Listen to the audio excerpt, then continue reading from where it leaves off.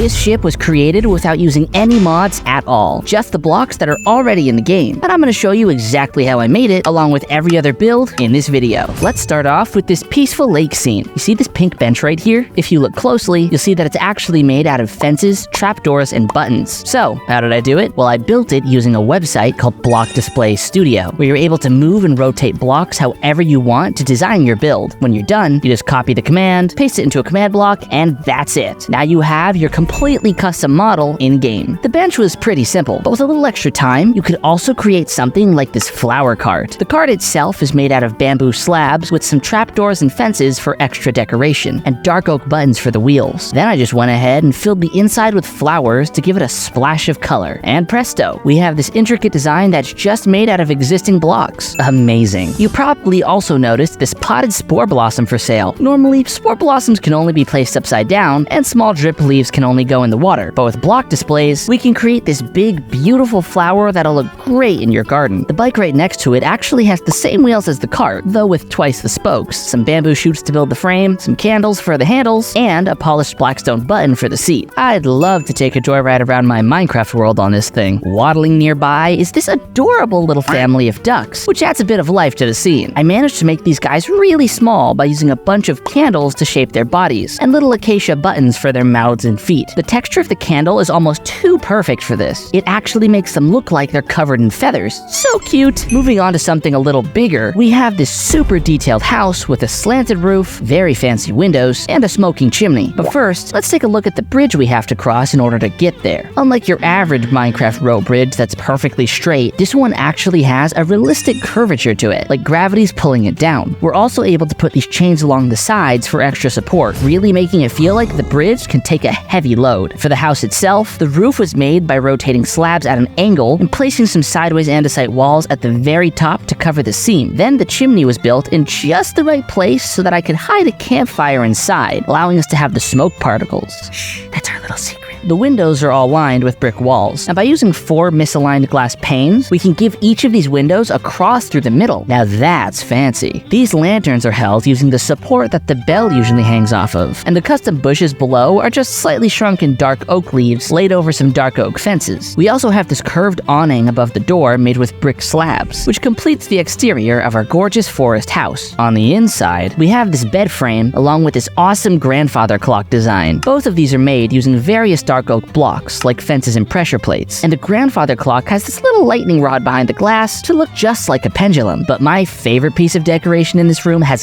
got to be the bouquet and the flower pots. And honestly, it was one of the easiest to make. I guess sometimes it's the simple things that turn out the best. Over by the ocean, this ship is made from over 700 of these block displays. The body of the ship has been meticulously shaped with logs and slabs at all sorts of impossible angles, and a ton of carpets have been used in order to create the realistic flags and sails. You also may have noticed that these custom fences are packed a lot tighter than fences usually are. And up on the poop deck, we used the same wheel design from the flower cart to be the perfect steering wheel. These barrels look so cool. Each curved plank of wood is made of 3 spruce buttons, and the metal bands are made of polished blackstone buttons. Since we can lay them at any angle we want, a stack of these custom barrels is about 1,000 times better than what you could accomplish with the regular barrel block. But I'll let you be the judge of which looks best. Let me know with a comment below the like button. The 2 cannons on board are pretty simple in their design, with the barrels being made out of several intersecting wall blocks. But the best design on the entire ship has got to be this treasure chest. By utilizing a bunch of bell supports and spruce buttons, we've got a really convincing model that looks amazing by itself. But guess what? It gets even better, because the lid of this chest can actually open up, revealing some treasure inside. Obviously, the raw gold block was used to make the chest look like it was full of shiny things, but to add a little more extra detail, I've squashed some bamboo fences down into some really nice looking golden doubloons. That's pirate talk for coins if you didn't know. Then in the captain's quarters, we have this globe, complete with little continents scattered about the whole thing. Once again, we're able to get all this detail by using a whopping 165 candles. You wouldn't think it was that much just looking at it, but man, that's a lot of candles. Totally worth it though. Next, we'll check out this sick gaming setup. The TV is just a painting surrounded by some walls and slabs. tabs. But the contents of this table is a different story entirely. The table by itself is a super simple but elegant design, with 4 glass panes and 4 buttons used to create a very modern look. On the table itself is a candy bowl made of buttons and coral, a soda can made of candles, and this epic gaming controller in black. I also have this epic controller in white, but it's just for when the battery dies in the black one. I don't really have any friends to play with. Anyways, there's also a laptop sitting over here in the corner where you can edit your gaming videos, and this big sign on the wall to remind all your viewers to subscribe. I could use one of those. Right next door to this 4K TV gaming setup is an entire room filled with arcade machines. Using pressure plates and fences, we can give each of these cabinets their own unique and colorful designs. Looking closely at the screens, you'll also probably recognize a few familiar games, which were designed by squishing and stretching concrete blocks into the right shapes. Man, looking at this one makes me hungry. But if victory isn't enough of a prize for you, then you'll probably want to play the claw machine. In here is a claw suspended from a chain and 3 colorful little stuffed animals for you to win. Look, I don't know what animal they're supposed to be, okay? Your guess is as good as mine. The whole rainbow set of them does look adorable when displayed on a shelf though, or laid out on your bed. That was for the gamers, but this next area is for all my farming enthusiast viewers. If you're a farmer watching this video, you are epic. The obvious centerpiece of this area is the windmill, which actually has rounded outer walls, a sloped cap roof, and of course these detailed windmill blades set at a diagonal angle, made out of carpets and spruce fences. I know rounded objects in Minecraft are super cursed, but come on, you gotta admit this is kind of cool. There are several apple trees here with plenty of apples hanging from their branches, as well as lots that have fallen onto the ground. We can collect them all up in this sweet little basket, which is leagues more visually compelling than a regular basket. We can even change what color candle we're using to create apples of any color, like green apples, pink apples, and even yellow apples. Man, I wish golden apples grew on trees like this. Something you could do with these apples is open up a little apple cider stand, complete with a sign advertising what's for sale, and these tiny little apple cider glasses, which are just squished down glass panes that have candles in them. Then in the wheat fields, we have this adorable little scarecrow guy, who's meant to keep the crows at bay, but